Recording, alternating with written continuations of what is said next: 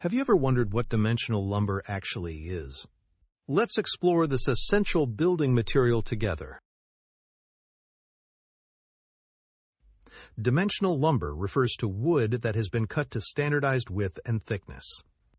Common sizes include 2x4s, 2x6s, and 4x4s, though the actual dimensions are slightly smaller. This standardization makes it easier for builders to plan and construct structures. Most dimensional lumber is made from soft woods like pine, fir, or spruce. These woods are popular because they balance strength and cost effectively. According to the American Wood Council, softwood lumber is the backbone of residential construction in North America.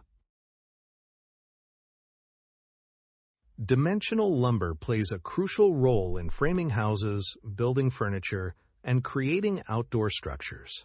Its predictable sizes allow for consistent and reliable construction. This consistency helps maintain safety and structural integrity in buildings.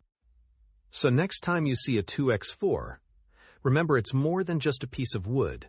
It's a precisely measured material that supports countless homes and projects. Understanding dimensional lumber helps appreciate the craft of building.